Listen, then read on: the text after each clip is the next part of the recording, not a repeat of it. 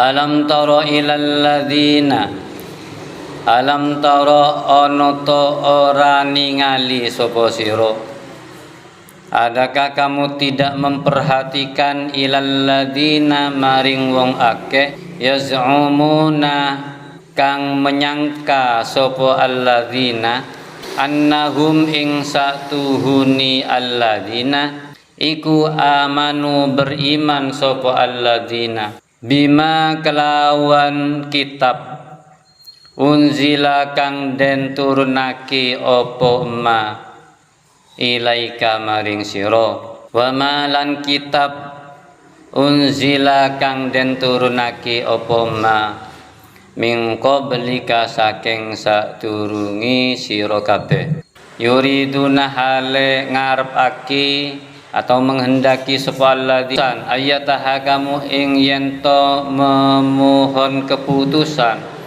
sapa alladzina ila taghuti maring taghut wa qad umiru lan teman-teman den perintahkan sapa alladzina ayakfuru ing yento kufur sapa alladzina bihi lawan taghut wa yuridu lan ngarepake sapa asyaitanu setan ayyudillahum ing yento menyesatkan sapa setan hum ing alladzina dolalan kelawan sesat ba'idan kang adoh.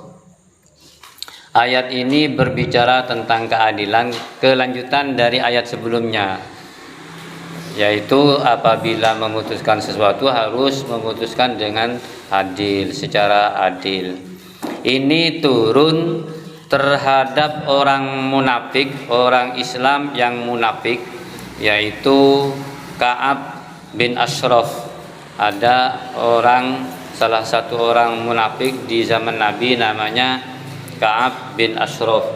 Ka'ab bin Ashraf ini suatu saat ada masalah dengan orang Yahudi. Orang Yahudi itu ya namanya orang Yahudi ya tidak beriman kepada Kanjeng Nabi, tidak beriman, cuma percaya bahwa Nabi itu jujur. Suatu saat ada masalah dengan orang Islam, kemudian orang Yahudi itu ditawari, ayo kita mencari seorang hakim yang bisa memutuskan perkara ini. Orang Yahudi bilang, kalau saya percaya terhadap Muhammad walaupun saya tidak beriman, saya bukan orang Islam, saya percaya kepada Muhammad karena Muhammad itu orang jujur, mulai dari kecil tidak pernah berbohong, tidak pernah berdusta sekalipun. Oleh karena itu perkara kita ini, urusan kita ini sebaiknya kita bawa kepada Muhammad supaya Muhammad yang memutuskan. Saya percaya bahwa Muhammad nanti akan memutuskan secara adil. Sementara orang Yahudi, orang Islam ini yang munafik ini, Ka'ab bin Ashraf ini, oh jangan kepada Muhammad, sebaiknya kita cari orang selain Muhammad saja. Ka'ab bin Ashraf ini khawatir kalau ini dibawa kepada Muhammad pasti saya gak dapat bagian, pasti saya kalah. Bagaimana kalau dibawa kepada seseorang itu, ternyata seseorang yang diinginkan oleh Ka'ab bin Ashraf ini mudah disuap, mudah disogo. Jadi kalau disogo maka pasti orang itu akan membela dirinya. Akhirnya dibawa masalah ini kepada Umar bin Khattab. Wahai Umar, ini ada masalah seperti ini. Orang Yahudi menghendaki supaya masalah ini dibawa kepada Kanjeng Nabi Muhammad. Sementara Ka'ab bin Ashraf ini tidak mau kalau dibawa kepada Kanjeng Nabi. Dia maunya kepada orang simpulan itu, seorang hakim yang bisa disogok itu. Karena Sayyidina Umar itu wataknya keras ya, langsung dibunuh oleh Sayyidina Umar Ka'ab bin Ashraf ini. Karena orang munafik itu kan bahaya. Orang munafik itu ya bersama seperti kita sudah, tapi ternyata merusak gitu. Oleh Sayyidina Umar langsung dibunuh. Akhirnya turunlah ayat ini. Ayat ini menyatakan, apakah kamu tidak memperhatikan terhadap orang-orang yang menyangka dirinya itu beriman, menganggap dirinya itu beriman terhadap apa yang telah diturunkan kepada Kanjeng Nabi dan kepada kitab yang telah diturunkan sebelumnya. Ternyata mereka itu ingin mendapatkan keputusan terhadap taghut. Taghut itu ya kalau membuat sesuatu perkara berlebihan, tidak imbang, namanya taghut. berlebih-lebihan. Ya seperti mau disogok itu namanya zolim ya, orang zolim. Pokoknya kalau tidak sesuai dengan proporsi yang sebenarnya, tidak sesuai, maka disebut dengan tauhid. Melebihi dari kapasitas kalian, maka disebut dengan tauhid. Atau kurang dari proporsinya. Ya sama halnya dengan makan lah. Kalau makan kalian berlebihan, perutnya cukup sepiring setengah misalnya, atau perutnya cukup sepiring karena asiknya makan sampai 2 piring sampai 3 piring, itu namanya tauhid berlebihan ya, zalim. Jadi berlebihan terhadap apa saja. Wa qad umiru ayyakfuru bi, padahal kalian itu diperintahkan untuk menentang kelakuan-kelakuan tauhid itu. Wa yuridu syaitanu ayyudillahum dhalalan ba'ida, dan setan itu menghendaki setan itu menghendaki kita itu berada dalam kesesatan yang jauh. Dhalalan ba'ida. Apa maksudnya dhalalan ba'ida ini? Kesesatan yang jauh. Ya, contohnya misalnya ya, kita jalan-jalan mau ke tol Leces, tol exit ini ya, jalan dari sini nggak pernah tahu tentang exit tol Leces itu, bahwa tol exit Leces itu berada di selatan POM ya. Kemudian kita berjalan cari, nyampe di Celara itu bukan ke selatan tapi ke utara. Nyampe di utara sekitar 100 meter ada orang, lalu kita bertanya, tol Leces itu mana? Jalan keluar tol itu. Oh ini, sampean sudah lewat, seharusnya sampean ke selatan, itu sudah kelihatan misalnya.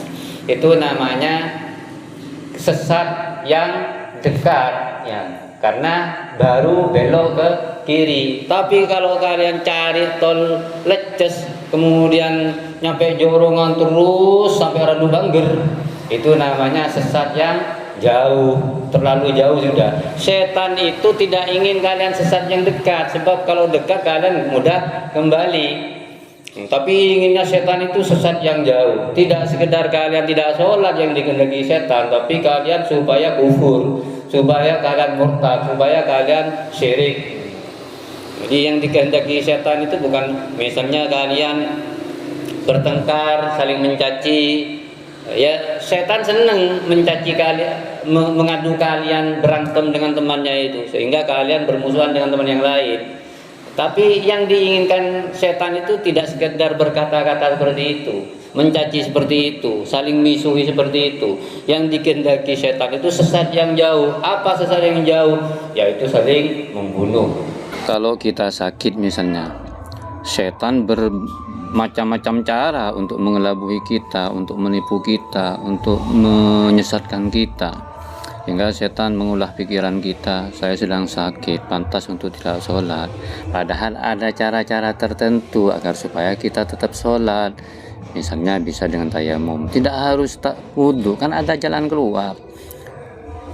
Yang pertama, hukumnya memang sholat itu harus punya wudhu. Tetapi kalau tidak punya wudhu, bisa melakukan dengan tayamum, asalkan memenuhi syarat. Kadang-kadang setan itu melupakan kita untuk bertayamum, padahal ketika kita tidak bisa berwudu, bisa dengan cara yang lain, yaitu tayamum. Ya, ada syarat-syarat tertentu untuk bertayamum. Mari kita lanjutkan ngaji tentang tayamum ini sesuai dengan syarat-syarat tertentu sebagaimana dalam kitab Zubat karya Ibnu Ruslan. Tayammumul muhdisi utawi tayammumi wong kang hadas. Tayammumul muhdisi utawi tayammumi wong hadas, auman utawa wong ajnaba kang junub sapa man, iku yubahu dan wenangake apa tayammum fi halin ing dalem keadaan, wahalin lan keadaan kang liya, wajib apa tayammum. Wa syartuhu khaufun minasti'mali. Wa syartuhu utawi syarati tayammum iku khaufun wedi min istimali ma'in saking nganggo banyu. Min istimali ma, asalnya ma itu ma'in. Min istimali ma'in saking nganggo banyu. Au faqdima'in utawa sepini banyu. Fadilin kang lebih anidhamai saking haus, anidhamai saking haus. Dukhulu waktin melepuni waktu. Dukhulu waktin melepuni waktu. Wasu'alun lan mencari banyu. Zahirun kang pertelo. Lifaqidil ma'ika duwe wong kang sepi banyu. Lifaqidil ma'ika duwe wong kang sepi banyu. Tahirun kang suci.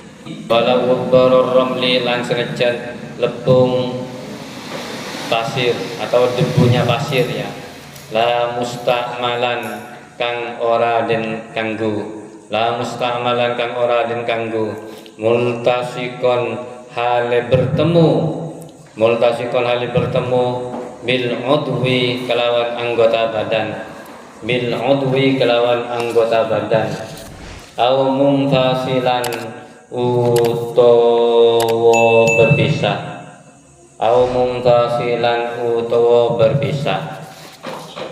Jadi sekarang tayamum itu al-qasdu, menurut bahasa al-qasdu sengaja. Jadi arti tayamum menurut bahasa al-qasdu yaitu sengaja. Nah, sedangkan menurut syara isalut turabi ilal wajhi wal yadaini, yaitu mendatangkan debu ke wajah dan kedua tangan. Min ayyi makan, di mana saja tempatnya. Yang penting ada niat khusus untuk tayamum itu, biniyatin maksusutin. Jadi mendatangkan atau mengalirkan debu, mengusapkan debu ke wajah dan kedua tangan di mana saja tempatnya. Yang penting biniyatin maksusutin, dengan niat tertentu. Maka itu disebut dengan tayamum. Adapun hukum tayamum, ada 4 hukum tentang tayamum. Pertama, wajib. Yang wajib itu apa? Idza khafal halak min istimalil ma'i wa idza faqadal ma hissan. Pertama, apabila ada orang ingin, pertama wajib, perhatikan ya. Hukum tayamum itu ada 4. Pertama, wajib. Wajib itu antara lain kitab Zubat ini. Pertama, kalaupun cari itu lama sampai hilang waktunya. Misalnya kalian namanya udzur itu harus masuk waktu ya.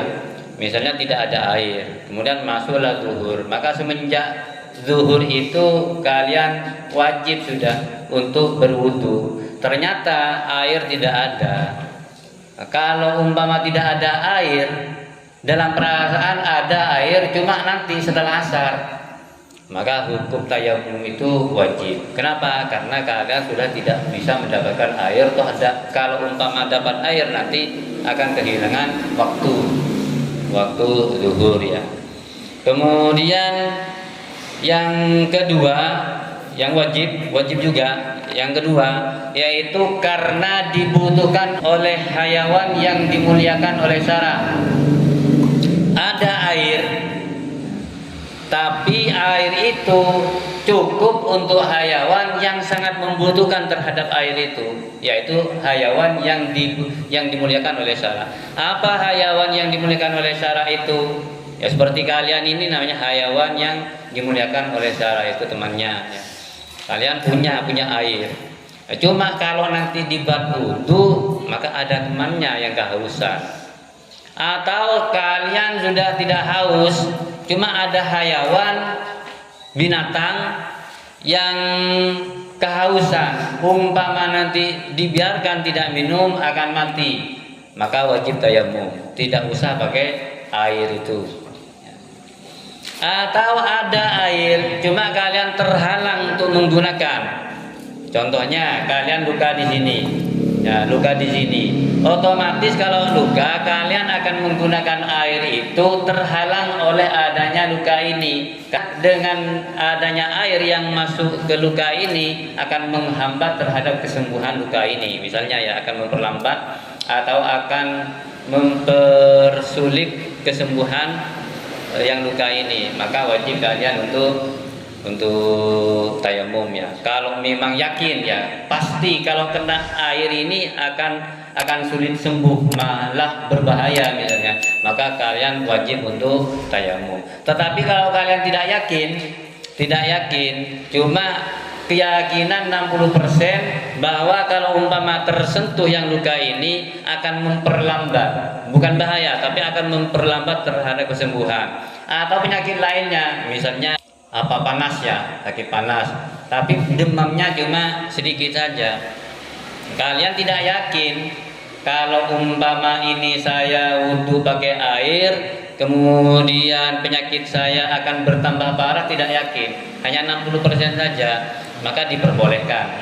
Tetapi kalau kalian yakin, menurut dokter tidak boleh tersentuh oleh air, sebab kamu ini sangat tinggi demamnya misalnya, maka kalian wajib untuk bertayamum. Jadi tidak ada air itu tidak mesti tidak ada air secara nyata ya, karena tidak ada itu ada secara indrawi, ada juga terhalang karena syar'i. Yang indrawi kalian tidak mendapatkan air secara nyata, memang kekeringan misalnya di suatu tempat yang kering tidak ada air, maka itu namanya hissi atau indrawi, memang tidak ada air. Toh walaupun nanti ada air, mahal harganya, melebihi dari harga biasanya, maka kalian wajib pakai debu saja. Atau tidak mampu kalian untuk membeli air, maka wajib untuk bertayamum. Atau ada air cuma kalian terhalang seperti tadi itu. Pertama karena dibutuhkan oleh hewan yang dimuliakan ya. Kemudian yang kedua dibutuhkan oleh hayawan yang tidak boleh dibunuh secara syarak, misalnya kucing, ayam, artinya tidak boleh dibunuh secara mena-mena ya.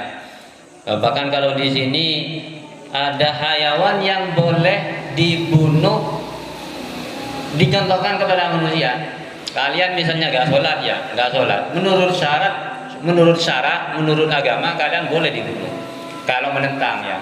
Misalnya kalian sudah tidak sholat, mengatakan tak wajib sholat, nggak wajib sholat, itu berarti menentang, sudah jahadah ya. Jadi boleh membunuh orang yang membangkang terhadap sholat, mengatakan bahwa sholat itu tidak wajib, padahal wajib menurut agama. Sudah gak sholat, bukan hanya tidak sholat juga tidak percaya bahwa sholat itu wajib, berarti menentang terhadap agama. Menurut syara, menurut hukum dia boleh dibunuh. Tapi menurut hukum syara ya, kita berada di negara hukum Indonesia, ada undang-undangnya. Jadi harus ada keputusan, tidak seperti kita ini langsung memvonis itu harus dibunuh atau boleh dibunuh. Yang memutuskan itu pengadilan atau penegak hukum ya.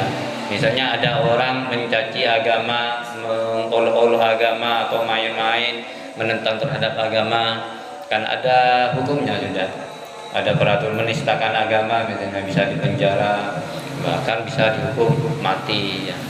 Seperti kasus Saifuddin, orang Kristen yang olok-olok agama, bahwa di dalam Al-Quran itu terdapat berapa katanya 100 lebih ayat yang perlu dihapus karena sudah tidak sesuai. Itu orang Kristen ikut-ikutan menilai tentang Al-Qurannya. Seharusnya kalau orang Kristen dirinya walaupun seorang pastor tidak boleh menghakimi, apalagi cuma seorang pastor ya. Ulama saja, orang Islam saja, umpama ada yang mengatakan seperti itu ya, termasuk menistakan agama yang ada hukumnya menurut negara hukum Indonesia ini. Ya, kita tidak boleh memutuskan orang itu tidak sholat, menentang terhadap agama, mengatakan tidak wajib sholat, kemudian kita bunuh, nggak boleh, kita nanti yang bisa dikena sanksi. Contoh yang lainnya, misalnya ada air ada di tempat sekitar setengah kilo, cuma di antara tempat kita dengan air itu ada hayawan buas. Umpama kita ke sana, kita akan melalui hayawan itu terlebih dahulu. Misalnya ada macan, ada serigala misalnya, maka wajib kita tayamum, tidak perlu kita mencari air di tempat itu karena ada hayawan yang buas. Nah, itu yang wajib. Kemudian ada yang sekedar mubah, ya, yang saya terangkan tadi itu sekedar hanya memperlambat terhadap kesembuhan, hanya memperlambat, ya, memperlambat, tidak yakin, tidak mesti, hanya memperlambat terhadap kesembuhan. Misalnya sedikit di sini ada luka-luka, ya, kemudian kena air, hanya akan memperlambat. Tetapi kalau akan membahayakan, wajib tayamum. Tapi kalau cuma sekedar memperlambat sebentar, tidak sampai wajib, ya, tapi masih boleh, diperbolehkan untuk tayamum. Ada juga tayamum itu hukumnya haram. Contohnya sakit yang sepele, sakitnya cuma sedikit, nggak parah. Misalnya sakit gatal-gatal sedikit, ya, tidak boleh kita tayamum kalau cuma sedikit, ya, kecuali sudah nyok-nyok itu apa yang parah itu, ya, sampai keluar nanah itu, sudah buco itu, maka wajib tayamum. Karena nanti kalau umpama kena akan lebih mes-mes, misalnya umpama nanti kena air akan menambah gatalnya, akan menambah parah, akan bahaya. Tapi kalau cuma sekedar sakit yang tidak ada hubungannya dengan air, haram, ya. Kena panu misalnya, kena panu, tidak boleh kalian kena panu terus tayamum. Sakit perut yang biasa-biasa, tidak boleh tayamum karena tidak ada hubungannya dengan air. Yang termasuk hayawan ghairul muhtaram, hayawan yang tidak dihormati oleh syara itu, di sini ada 4. Ada berapa? Ada 6 di sini. Pertama, tarikus sholat, orang yang meninggalkan sholat. Alladzi yajuzu qatluhu. Pertama, yang boleh dibunuh ini, ya. Jadi yang boleh dibunuh itu ada 6. Pertama, tarikus sholat, orang yang meninggalkan sholat. Kemudian idza tarakaha juhudan aw kasalan. Kalau sholatnya itu, meninggalkan sholat itu karena menentang, aw kasalan, karena malas. Kalian ini berhak untuk dibunuh kalau umpama malas-malasannya, malas tidak sholat, sengaja tidak sholat, saking pentingnya sholat, ya. Kemudian yang kedua, yang boleh dibunuh az-zanil muhson, zani, orang yang zina. Zina apa muhson ini? Muhson itu artinya dijaga, terpelihara. Artinya kalian sudah punya pasangan. Yang perempuan sudah punya suami, yang laki-laki sudah punya istri. Berarti kalian sudah terjaga, terpelihara. Kok masih berzina, selingkuh dengan wanita lain, selingkuh dengan suami orang misalnya, itu namanya zani muhson.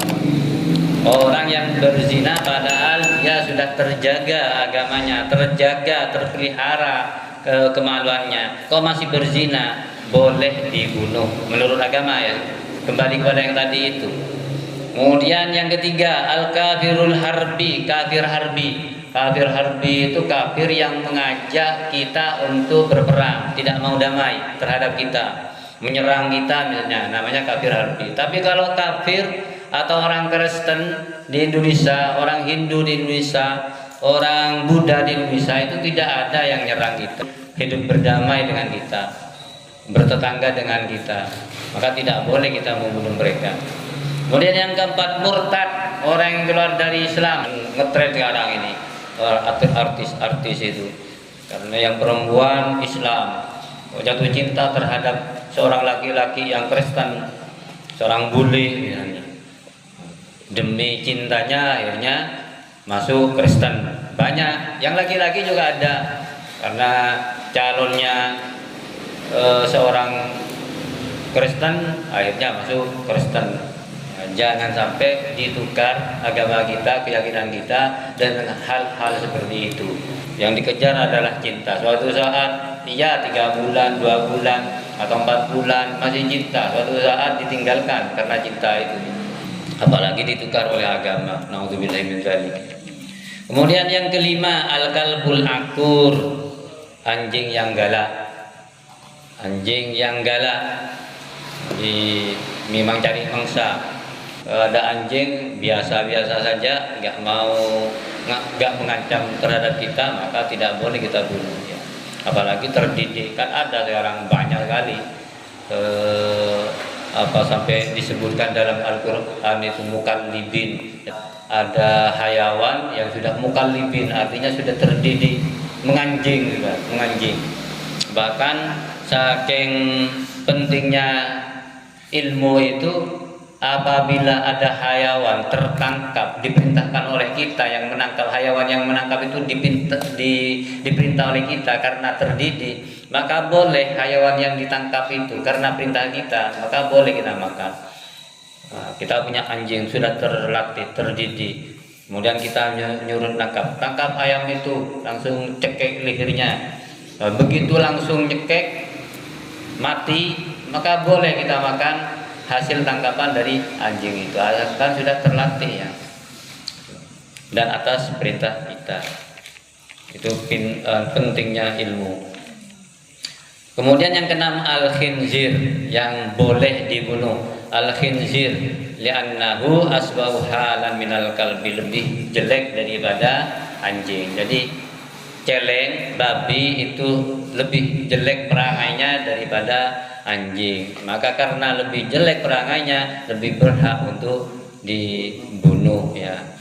Cuma hati-hati, kemudian kena tabrak sepeda motor, kena tabrak mobil, kemudian kalian mati, dibiarkan kalian. Tapi kalau sampai babi kena tabrak mobil, mau dikejar orang itu sampai dibunuh orang yang nabrak babi. Jadi babi lebih terhormat di sana. Wa barduhu wallahu a'lam bishawab. Rabbi fanfa'na bi barakatihim wa dinal husna bi hurmatihim wa amitna fi tariqatihim wa